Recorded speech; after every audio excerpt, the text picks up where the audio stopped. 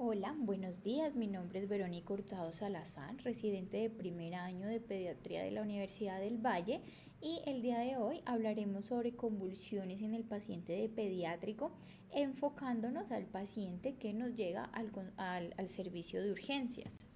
Tenemos que dentro de la agenda que vamos a desarrollar hablaremos sobre la introducción, definición de lo que son las crisis febriles, su etiología, fisiopatología, diagnóstico para clínicos, cuándo están indicados y cuándo no, su tratamiento y por último finalizaremos hablando del estatus epiléptico.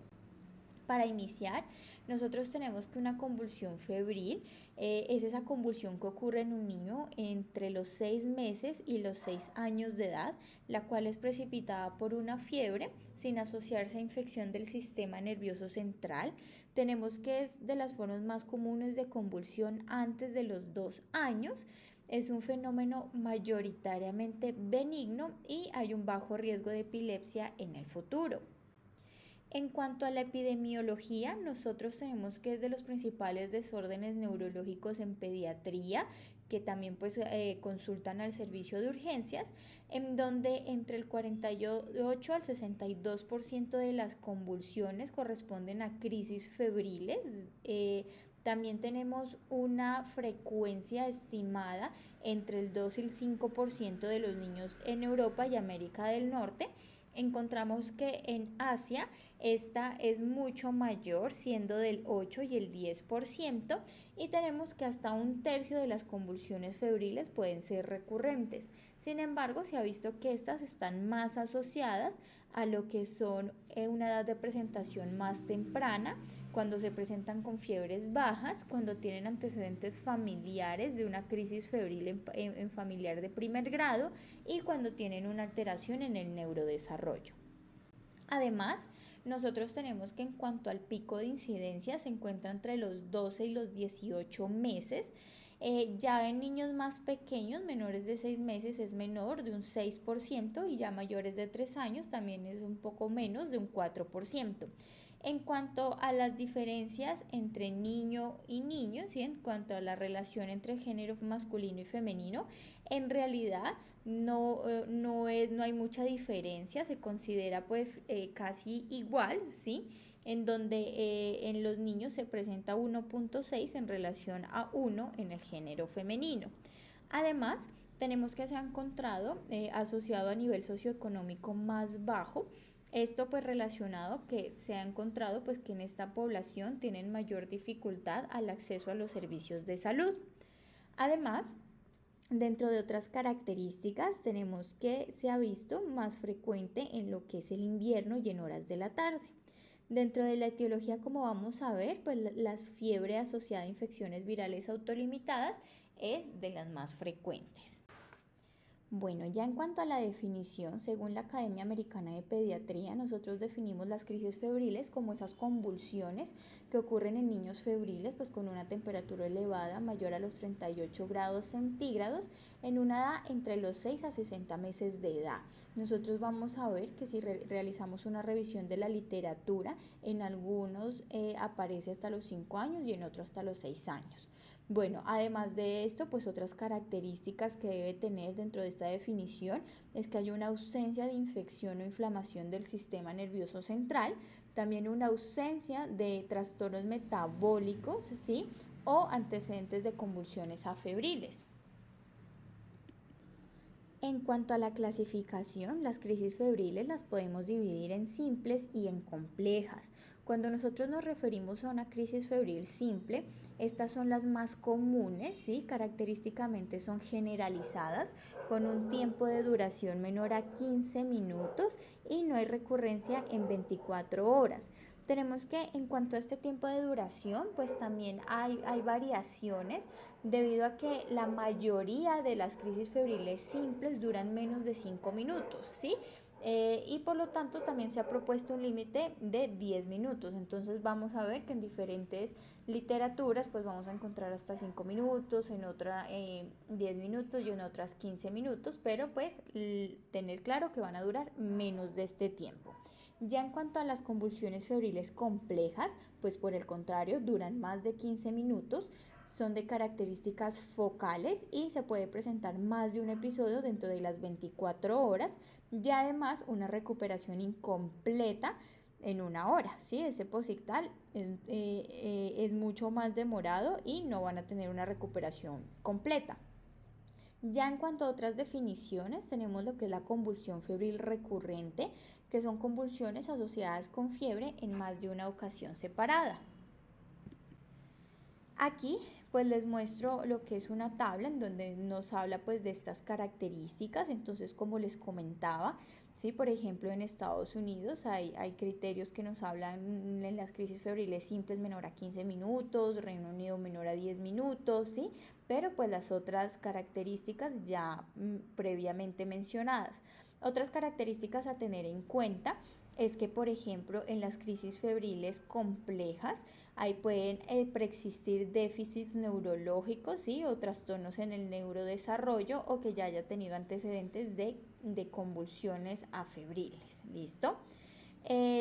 También nosotros tenemos una entidad que es la parálisis de Todd, que es ese déficit focal posictal de predominio en extremidades y que resuelve en las primeras 48 horas, ¿sí? Entonces esta pues está relacionada con esas crisis febriles complejas. Ya en cuanto al estatus febril epiléptico, nosotros tenemos que la ILAE históricamente había definido el estatus febril epiléptico como esa convulsión febril que dure más de 30 minutos o convulsiones múltiples con recuperación incompleta. Sin embargo, se realizó una actualización en 2015 en donde se redefinió estos términos dependiendo de las características de las convulsiones, definiéndose, por ejemplo, el estatus febril epiléptico para esas crisis tónico-clónicas generalizadas 5 minutos, para las crisis focales de 10 minutos y para las crisis de ausencia de 10 a 15 minutos. En cuanto a la etiología y los factores de riesgo, nosotros tenemos que las crisis febriles tienen una predisposición genética importante, ¿sí? En donde se ve que hasta un tercio de los pacientes que la presentan tienen una historia familiar positiva de primer grado para crisis febriles.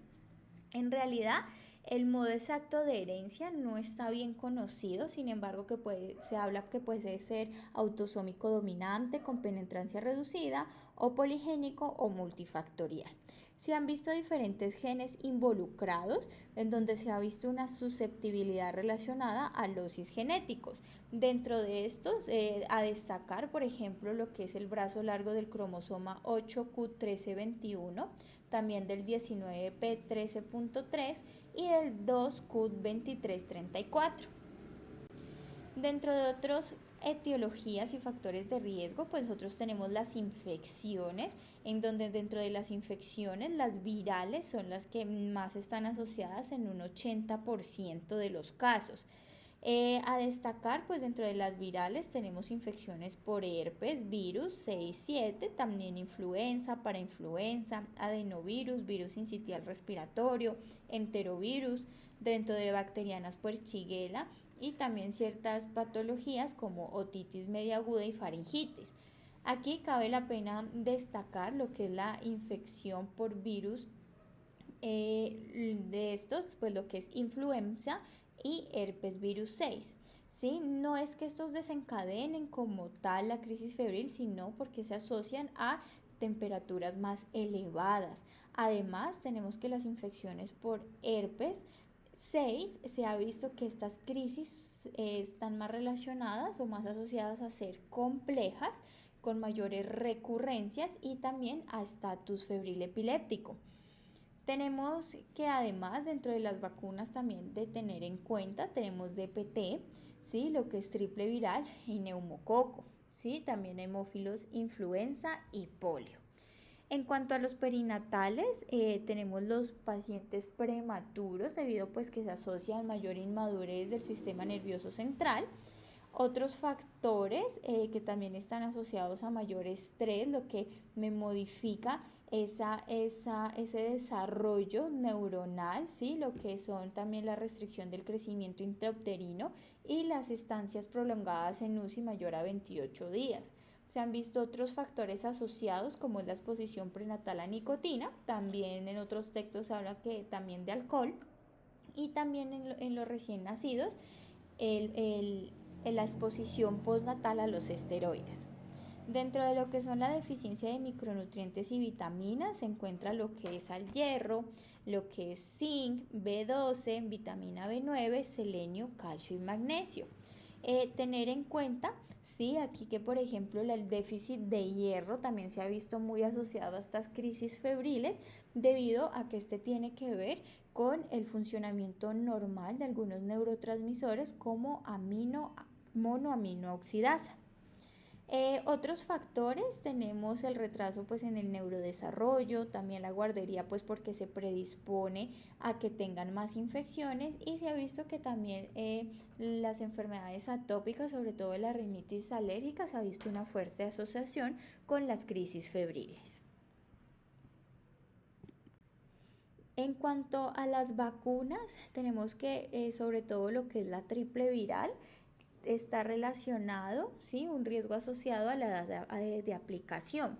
Tenemos que siendo así, pacientes entre los 16 a 23 meses se pueden presentar 10 casos por cada 10.000 niños, entre los 12 a los 15 meses 4 casos por cada 10.000 niños y con la aplicación de varicela de 3.5 casos por cada 10.000 niños. Sin embargo, pues recordar que se debe aplicar el esquema en la edad recomendada.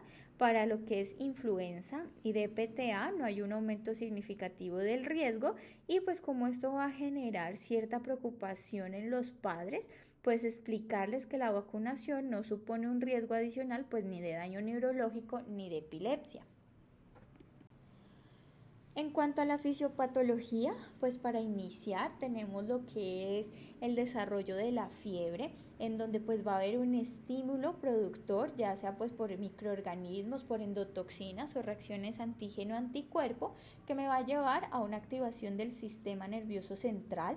Entonces se activan lo que son macrófagos, linfocitos T, neutrófilos, que me van a llevar a la producción de citoquinas, las cuales atraviesan la barrera hematoencefálica y en el cerebro pues estimula la liberación de prostaglandina E2 que va a actuar en el hipotálamo inhibiendo las neuronas sensibles al calor del área preóptica y activando los efectores térmicos para que retengan calor y con esto pues se aumenta la temperatura central. Ya en cuanto lo que es la fisiopatología de la crisis febril, pues en realidad no está muy determinada, pero se habla de 3 factores importantes.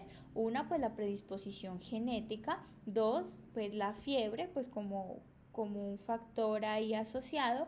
Y 3, pues una vulnerabilidad del sistema nervioso central a los efectos de la fiebre, en donde se habla pues que en los niños pequeños van a tener mayor excitabilidad neuronal y que además tienen un umbral convulsivo más bajo, lo cual predispone pues a las convulsiones febriles.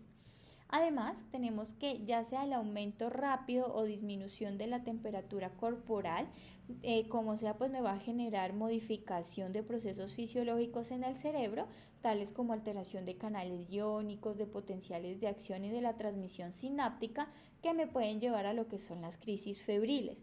Además, la fiebre de por sí me puede generar hiperventilación, alcalosis y también con esto alterar la excitabilidad neuronal.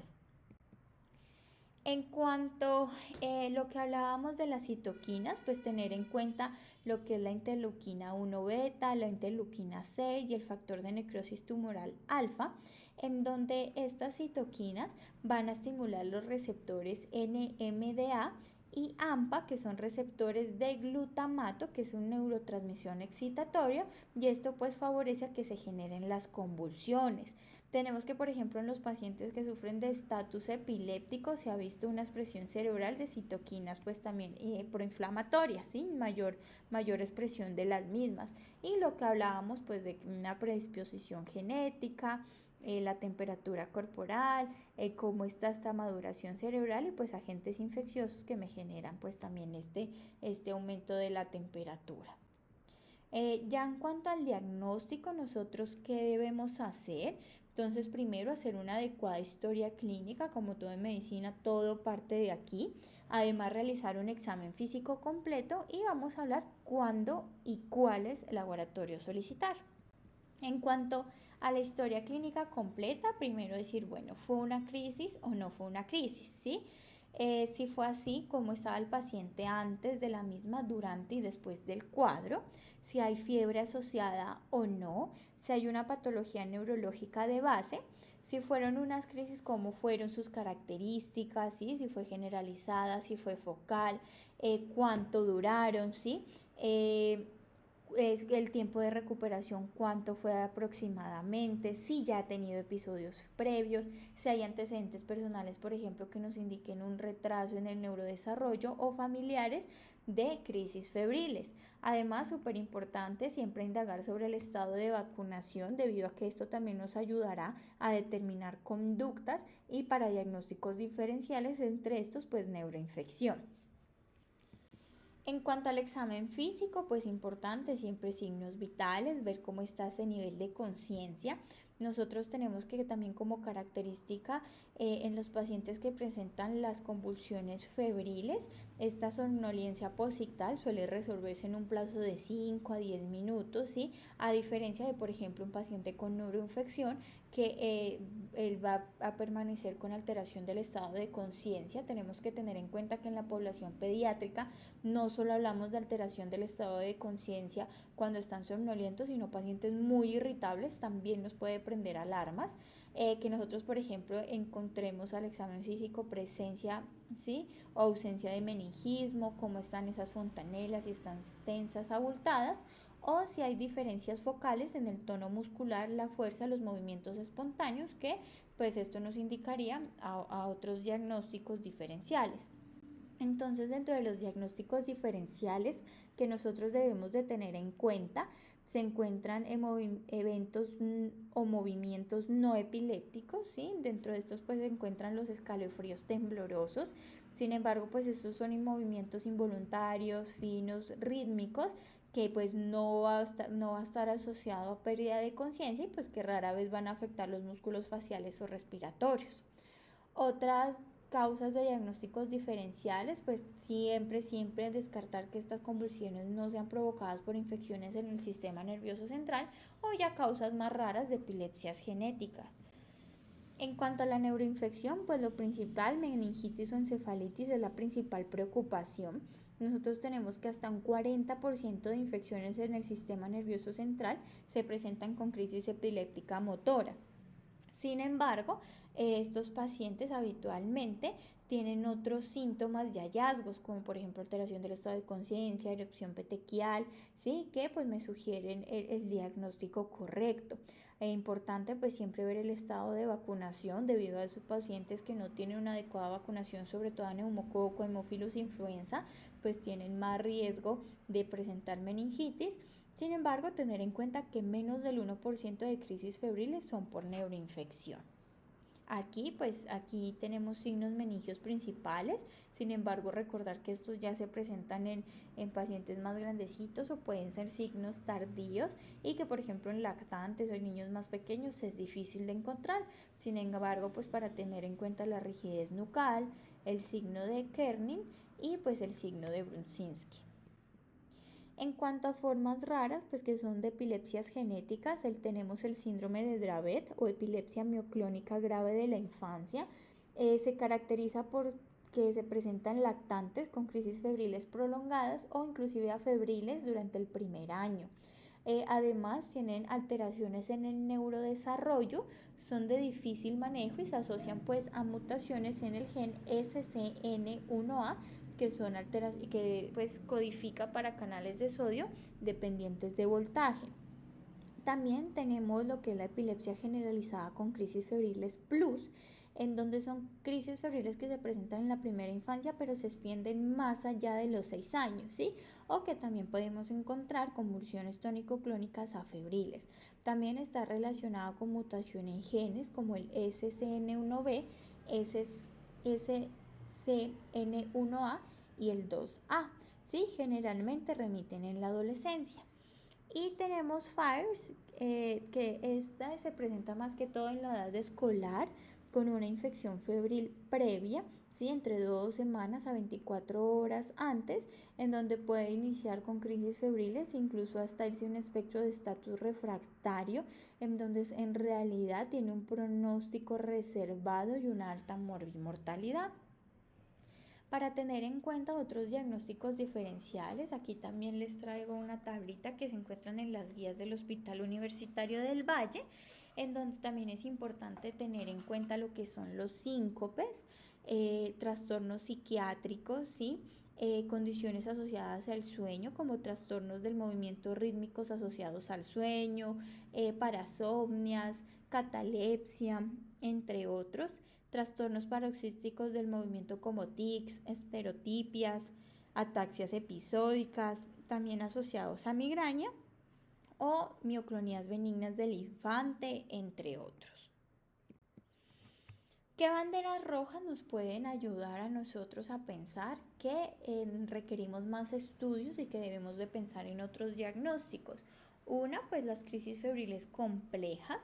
Dos, que nosotros tengamos algunas indicaciones o signos que nos indiquen meningismo, alteración del estado de conciencia, ¿sí? Y con no recuperación, por ejemplo, más de una hora del estado de conciencia posterior a la crisis convulsiva, valga la redundancia.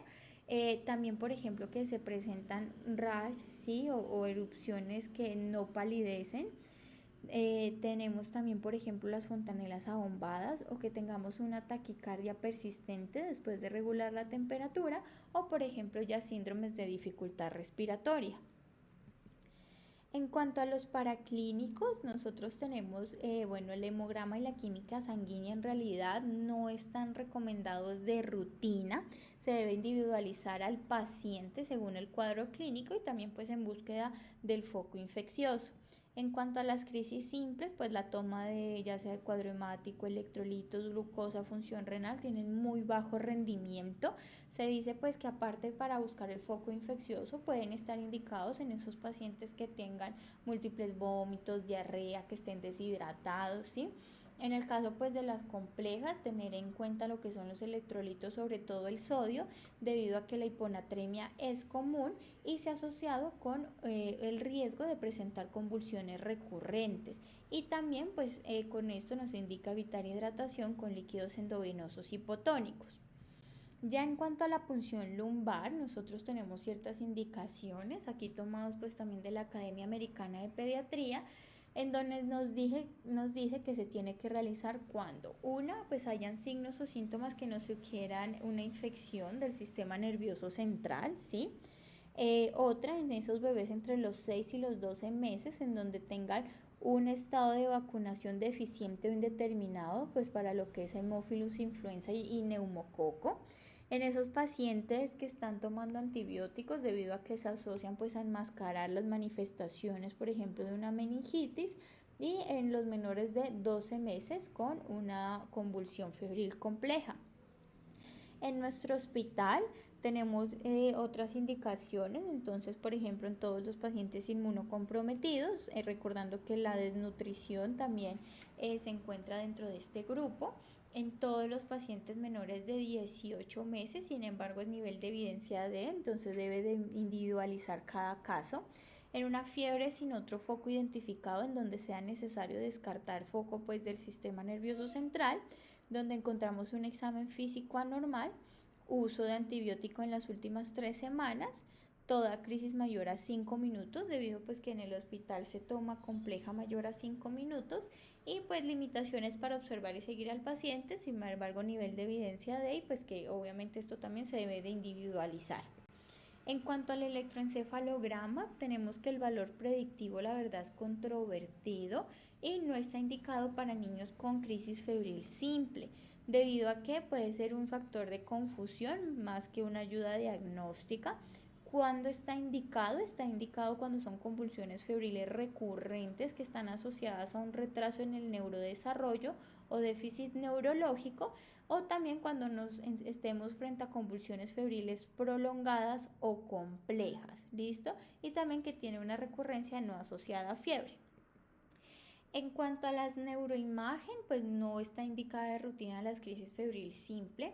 En las crisis febriles complejas, pues en realidad se habla que es controversial, que puede estar indicado cuando se tenga un examen físico anormal, en este caso, por ejemplo, en niños con macrocefalia o un examen neurológico pues anormal, con características focales o signos o síntomas que sugieran un aumento de la presión intracraneal, y también en esos pacientes que tienen indicación punción lumbar.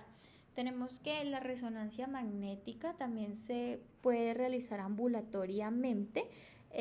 Sí, pues por ejemplo fue una crisis febril compleja, ¿sí? O prolongada.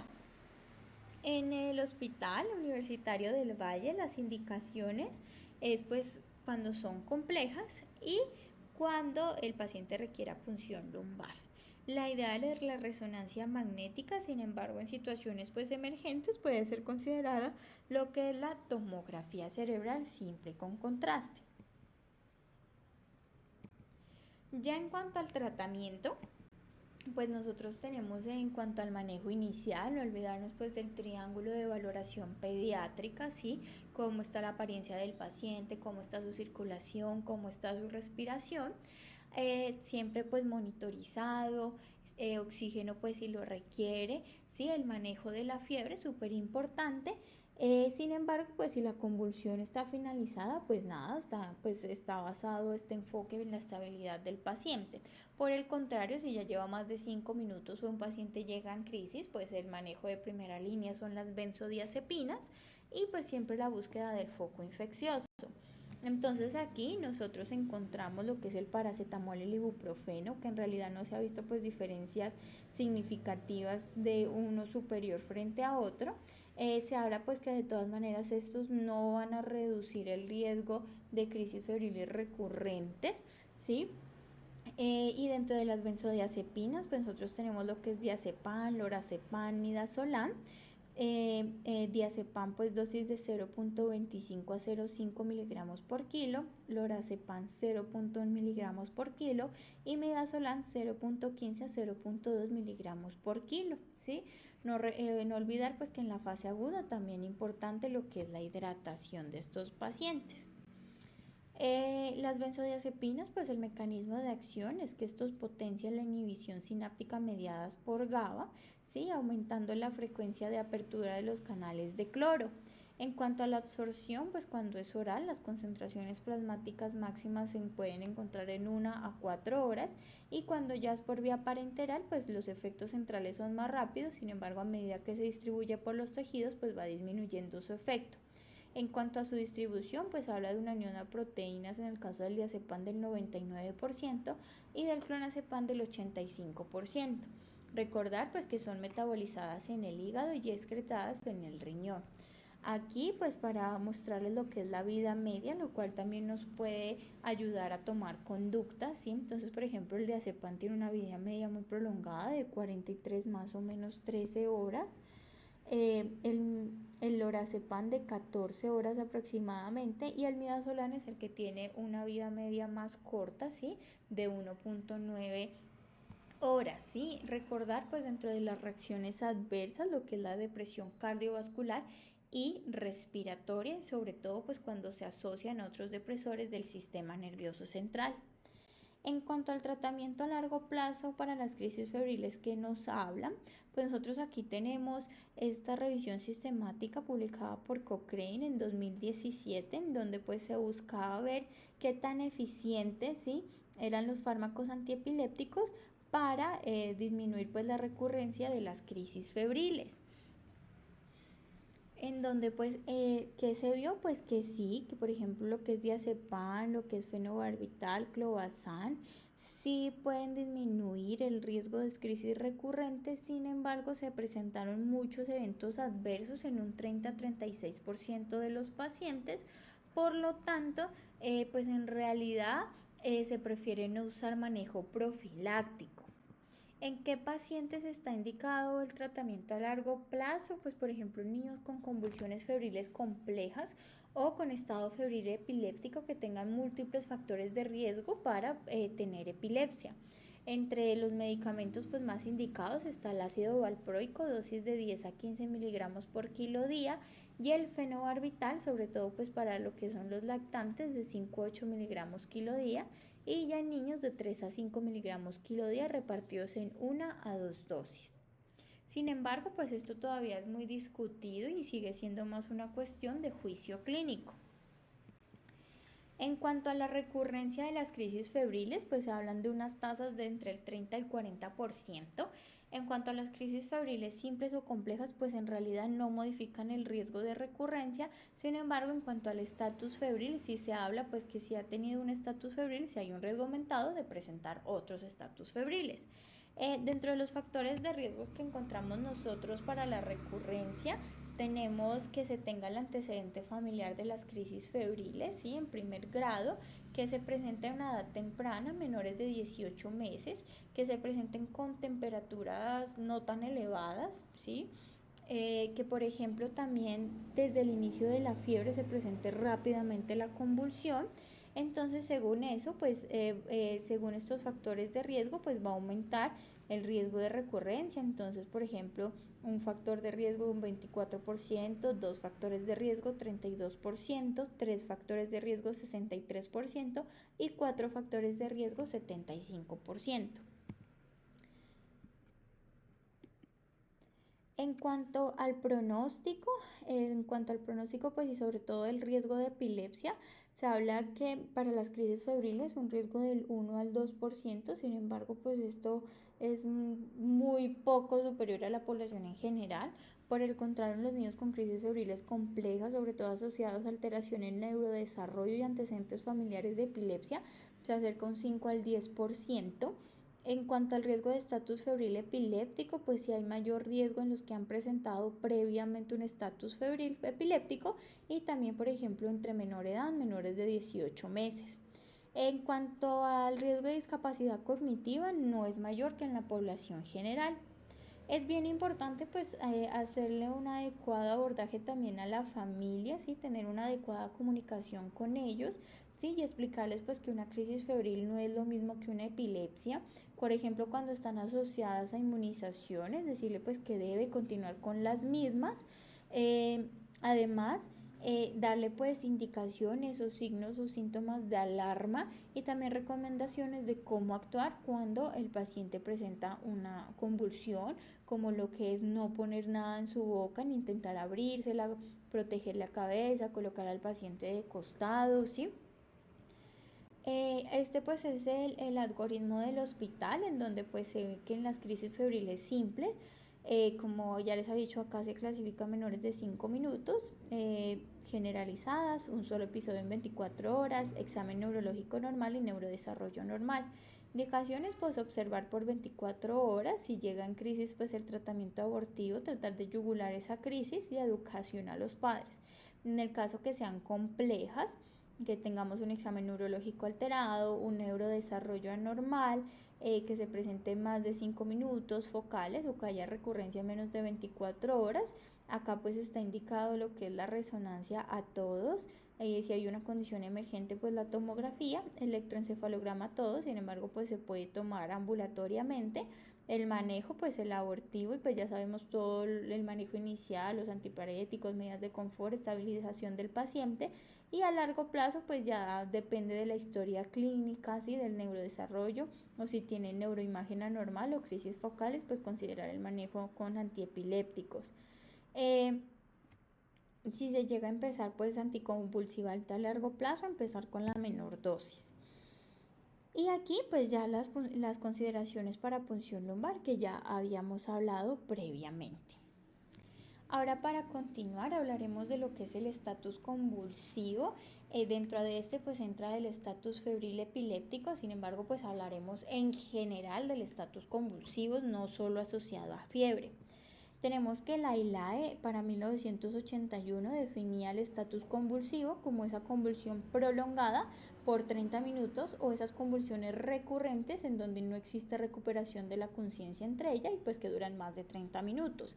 En 1999 se hizo una redefinición operacional, ¿sí? En donde pues ya se habla de convulsiones continuas por más de 5 minutos y hacer un manejo precoz. ¿Por qué? Porque ya se habla que si una crisis tiene una persistencia mayor a 5 minutos, es probable que continúen más de 30 minutos y si no se realiza el manejo adecuado, oportuno, pues podemos llegar a estadios refractarios y pues sus secuelas.